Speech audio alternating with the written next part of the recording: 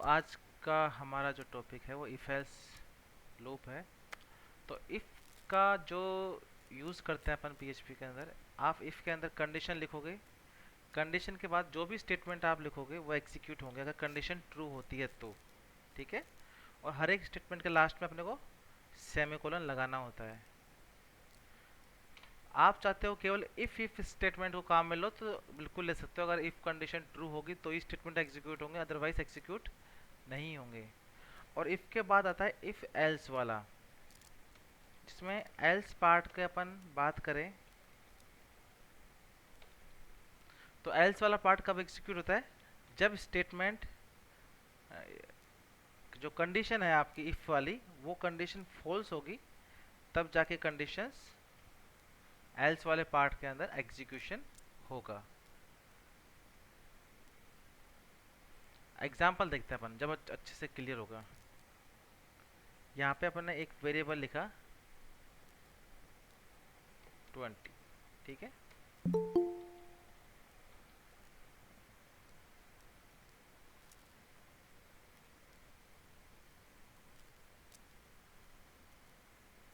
If $a greater than equal to 20,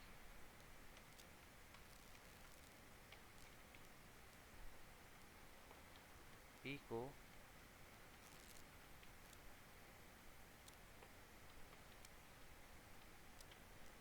बिगर और equal.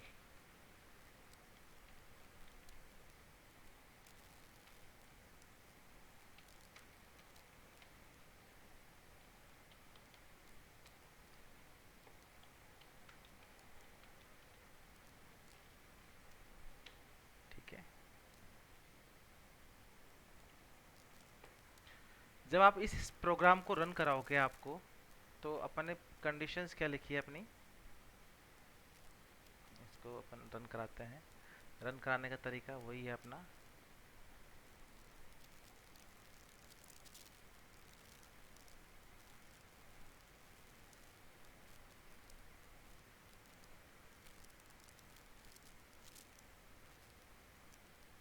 File का नाम है फाइनल।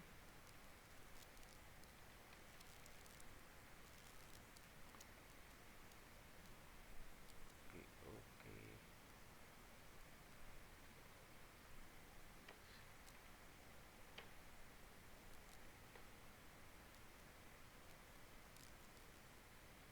ठीक है। सो कंडीशन को आप जब देखो ध्यान से, आई एम बिगर और इक्वल, ए की वैल्यू 20 है तो अपन ने प्रोग्राम की कंडीशन इफ की कंडीशन लगाई, इफ या तो 20 से बड़ा होना चाहिए या इक्वल होना चाहिए, तो इस वाले लूप में एग्जीक्यूट होगा, अदरवाइज ये एग्जीक्यूट नहीं होगा। अब मैंने रखा है यहाँ पे 19, तो क्या आउटपुट आएगा क्लास?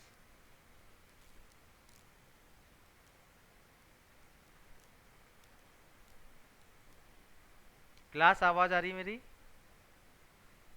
Yes sir. सो क्या आउटपुट आएगा इसका, जब आपने स्क्रिप्ट के अंदर चेंज कर दिया कि ए की वैल्यू 19 है तो I M I am smaller. क्यों आया? क्योंकि ए की वैल्यू 19 है और अपन ने कंडीशन लगाई है अगर ए की वैल्यू 20 से बड़ी या 20 के बराबर है तो आई एम बिगर और इक्वल वाला प्रिंट होगा statement, otherwise I am smaller होगा। जैसे ही वैल्यू आप इसकी कुछ भी रखते हो, 29 रखा आपने, सो आपकी कंडीशन फर्स्ट वाली ट्रू हो जाएगी तो इसका आंसर ये आ जाएगा। तो ये इफ एल्स का अपन यूज कर सकते हैं। और दूसरा है पीएचपी के अंदर, अगर आपको नेस्टेड इफ एल्स काम में लेना है, नेस्टेड इफ एल्स काम में लेना है, तो आप इसके अंदर एल्स इफ स्टेटमेंट को काम में ले सकते हैं। वो किसका काम में लेते हैं?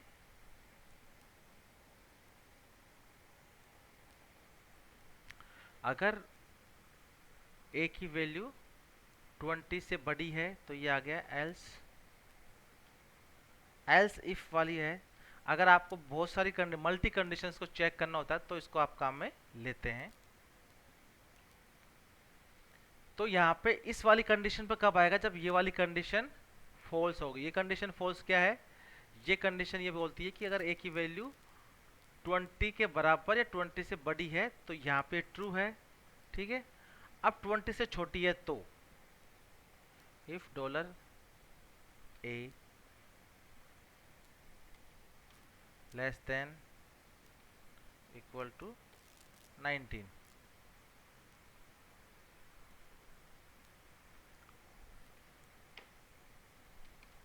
Less than equal to 10,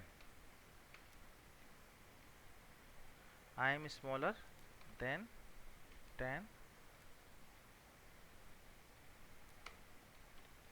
else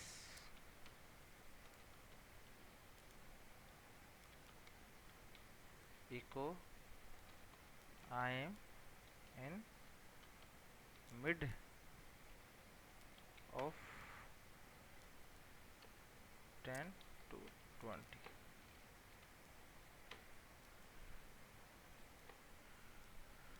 okay, देखते हैं एक बार। जब आपने कंडीशन में कुछ भी चेंज नहीं किया, ये आपने रन किया तो सेम आउटपुट आएगा क्योंकि कंडीशन ट्रू है। अब इसके लिए अपन करते हैं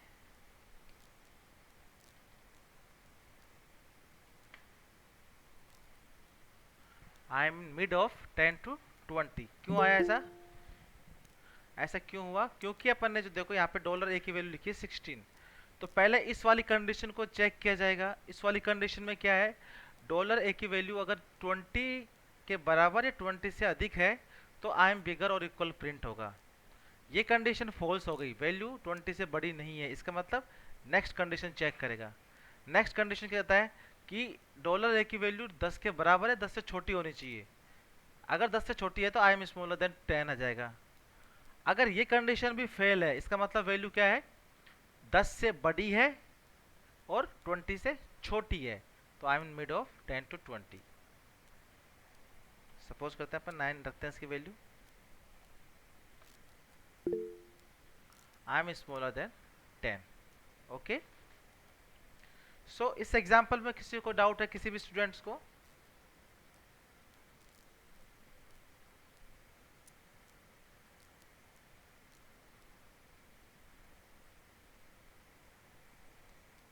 आप रेस्पॉन्स दे सकते हो ताकि मुझे मालूम पड़े कि आगे बढ़ना है कि नहीं बढ़ना। नो सर, आज कोई बात नहीं है। कोई दिक्कत नहीं है? No sir. ओके, तो अब आप केवल इफ को यूज करना है वो कर सकते हो, इफ एल्स को यूज कर सकते हो, और इफ एल्स इफ को भी यूज कर सकते हो आप। यानी कि आपको इफ एल्स के द्वारा दो या दो से अधिक कंडीशंस को चेक करना है तो वो भी आप कर सकते हो, और केवल आपको इफ एल्स यूज करना है तो वो भी आप कर सकते हो यहाँ पे।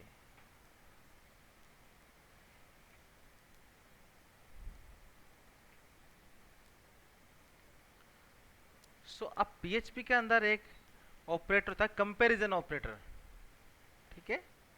कंपैरिजन ऑपरेटर सब जानते हो क्या? पीएचपी के अंदर स्टेटमेंट लिखने के बाद में अपना आता है कंपैरिजन ऑपरेटर। कंपैरिजन ऑपरेटर, एक सेकेंड,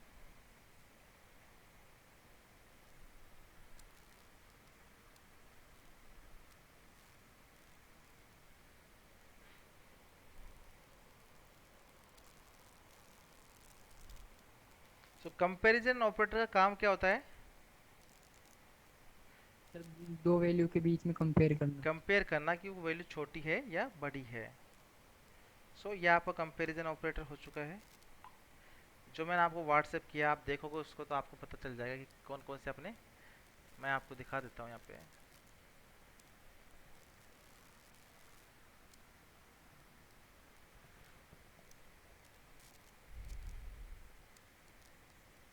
आप सबको व्हाट्सएप पे दिख गया कौन कौन से कंपैरिजन ऑपरेटर हैं यहाँ पे? Yes sir. ये आपके कंपैरिजन ऑपरेटर की लिस्ट है, ठीक है, जिसके अंदर डबल इक्वल का मतलब है इक्वल, यानी कि आप दोनों वैल्यूज y इक्वल होने चाहिए। Dollar a is equal to dollar b. और अगर 3 बार इक्वल लिखा साइन आपने, इसका मतलब आइडेंटिकल। तो आइडेंटिकल और इक्वल में क्या डिफरेंस है? दोनों में डिफरेंस है कि दोनों का टाइप भी सेम होना चाहिए। अगर एक इंटीजर है तो दूसरी भी इंटीजर होनी चाहिए, एक फ्लोट है तो दूसरी भी फ्लोट होनी चाहिए। ठीक है।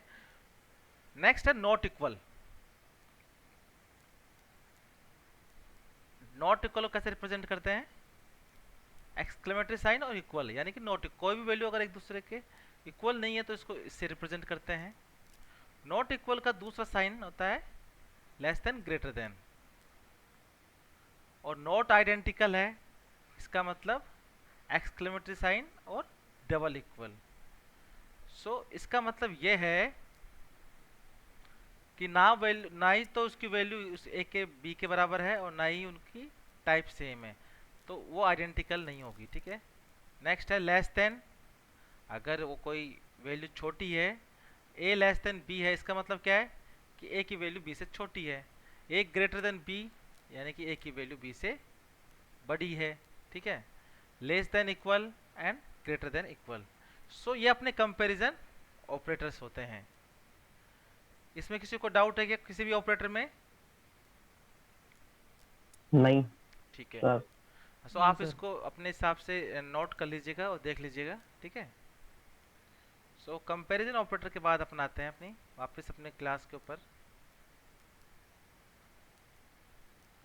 सो इनको आप यूज कर सकते हो आराम से। अपन ने किया भी है यहाँ पे। ठीक है। Less than equal, greater than equal और कंडीशन अपनी।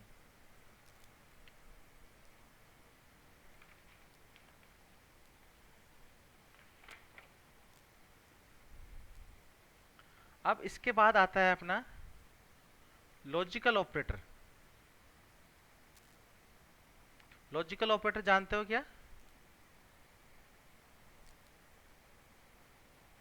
लॉजिकल ऑपरेटर होते हैं आपके एंड और एक्सोर नॉट एंड। ठीक है।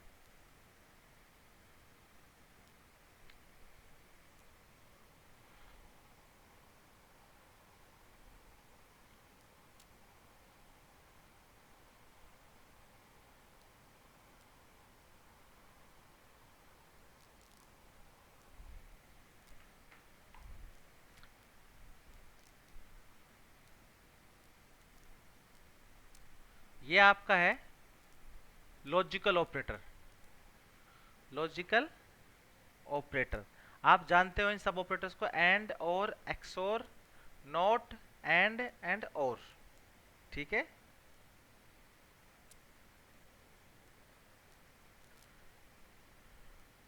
इसकी ट्रूथ टेबल सभी को पता है क्या? हाँ अगर सबको यस सर। आइडिया है तब तो अपन आगे बढ़े, अदरवाइज पता है सर। पता है पता ना? है सर। ओके।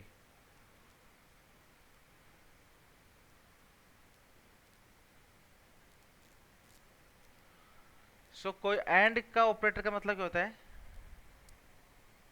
भाई? दोनों हम कंडीशन ट्रू होने पर सर ट्रू रिटर्न करता है। ए और बी की अपन वैल्यू बात करते हैं।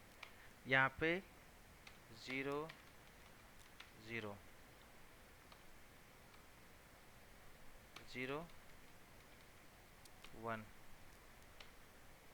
1 0 1 1। ठीक है। ये अपने पास दो वैल्यूज हैं। अगर मैंने अब यहाँ पे एंड ऑपरेटर किया मैंने,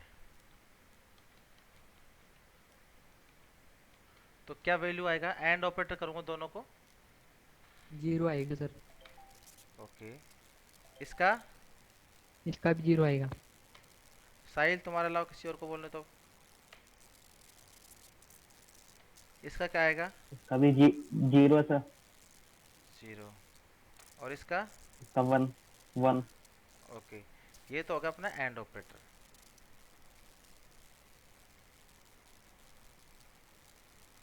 और ऑपरेटर में अब इसका बताओ। 0 0 का और ऑपरेटर करोगे आप तो क्या आएगा?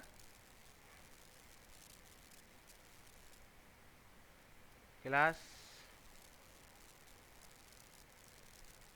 0 आएगा सर। साहिल, ये कौन बोल रहा है? हाँ क्या सर? मैं कह रहा हूँ किसी और को भी तो बोलने दो। सर आप ऐसे बोलते हो, फिर कोई बोलते नहीं है सर, इसलिए। चंचल सैनी। अब लाइन वाइज सबसे पूछूंगा मैं।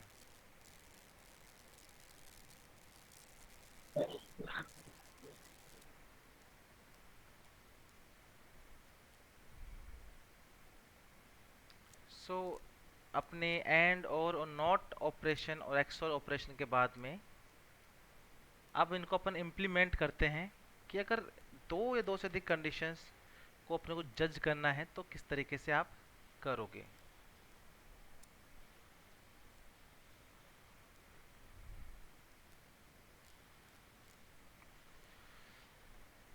सो अपने पास डॉलर ए की वैल्यू इतनी है, and operation dollar A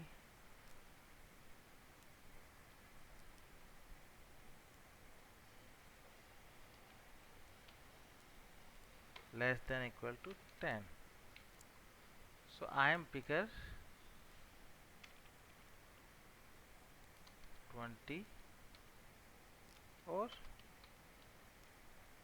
smaller 10.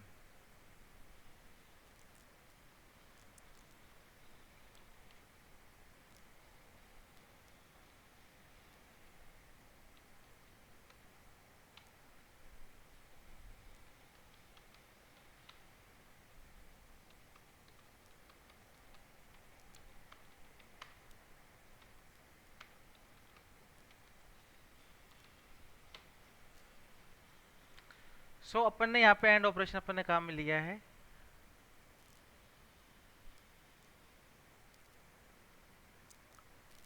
और अपन ने ए की वैल्यू लिखी 9। तो क्या लिखा है अपन ने, ए की वैल्यू 20 से बड़ी हो और ए की वैल्यू 10 से छोटी हो। ए की वैल्यू 9 है, सो कंडीशन अपनी फेल है। ठीक है, ये वाली कंडीशन भी फेल हो गई और ये वाली कंडीशन ट्रू है। ठीक है, ए की value less than equal to 10 है, ये वाली कंडीशन ट्रू है, ये वाली कंडीशन मतलब ये वाली ट्रू है, ये वाली फॉल्स है। तो जीरो, एक तो ट्रू है और एक फॉल्स है, तो आउटपुट क्या आएगा अपना? एंड ऑपरेशन करेंगे तो जीरो। जीरो आएगा, यानी जीरो। कंडीशन फॉल्स होगी। तो आउटपुट आया अपना I am in middle of 10 to 20। लेकिन अगर मैं यहाँ पे और ऑपरेशन लगाता, ठीक है, अब क्या चेंज होगा? अब क्या होगा? और ऑपरेशन करेंगे तो अपन, अब ट्रू आएगा सर। ठीक है, आई एम बिगर 20 और स्मॉलर 10। ठीक है, तो इस तरीके से दो कंडीशंस को आप मर्ज कर सकते हो इन ऑपरेटर्स के द्वारा, लॉजिकल ऑपरेटर्स के द्वारा। किसी कंडीशन को चेक करना हो तो वो आप कर सकते हो।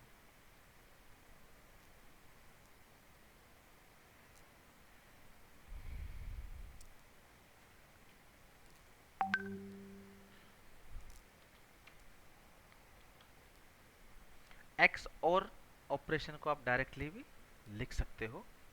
अगर आपने एक्स और लिखा तब भी आपका यही आउटपुट आएगा। क्यों?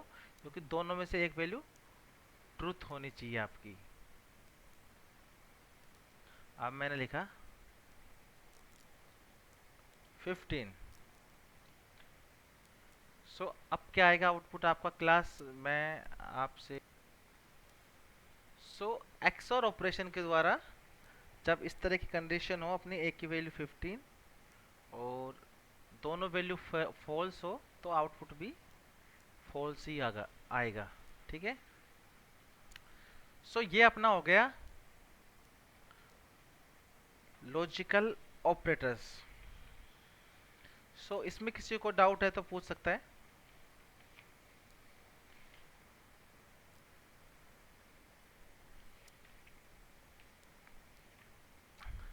किसी भी स्टूडेंट को कोई डाउट हो तो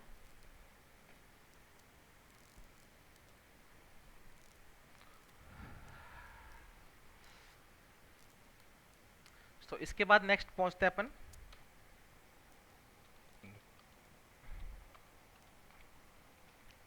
टर्नरी ऑपरेटर।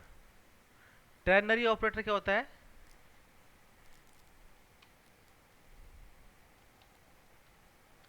इधर 3 ऑपरेंड का काम करते हैं। हाँ, जिसके अंदर 3 आपके वेरिएबल्स होते हैं, जिसके अंदर आप करते हैं। तो इसमें क्या होता है, सबसे पहले आपकी कंडीशन को चेक किया जाता है। अगर आपकी कंडीशन ट्रू है तो एक्सप्रेशन फर्स्ट एग्जीक्यूट होगा। अगर कंडीशन फॉल्स है तो एक्सपी टू एग्जीक्यूट होगी। ठीक है, और जो भी इसका रिजल्ट आएगा इस कंडीशन का, वो इस रिजल्ट के अंदर असाइन हो जाएगा। ओके, चेक करते हैं अभी।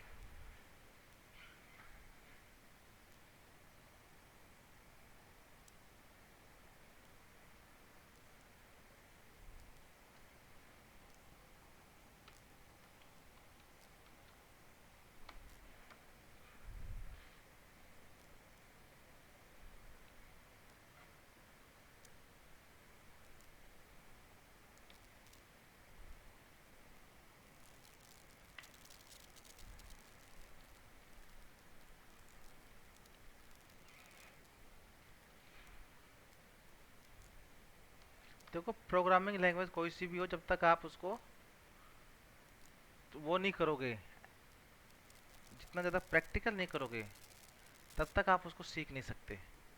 ये बात ध्यान रखिए। सर यहाँ पर डॉलर की जगह सर 4 लिखा आ गया सर, ओके, रिजल्ट के पास नहीं है सर।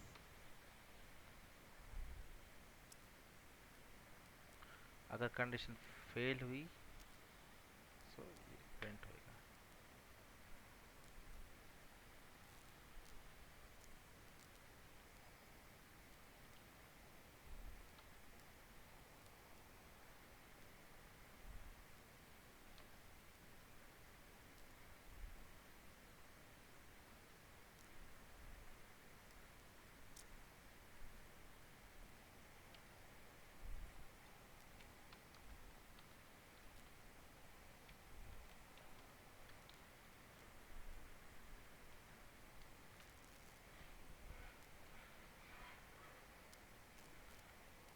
सो अपन ने इसको रन करा के देखते हैं। सिंटैक्स एरर आया है क्योंकि okay,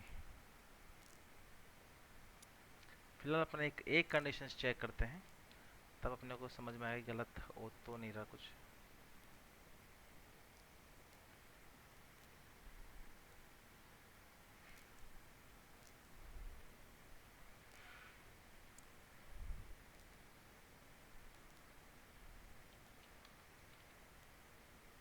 $a greater than equal to 20,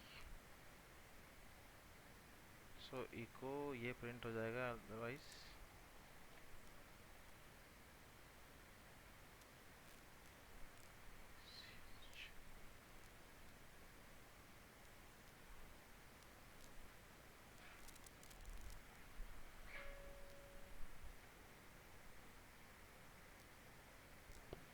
अगर आपने यहाँ पे लिखा $a की वैल्यू 20 से बड़ी होगी तो आई एम बिगर 20 और ये आ जाएगा।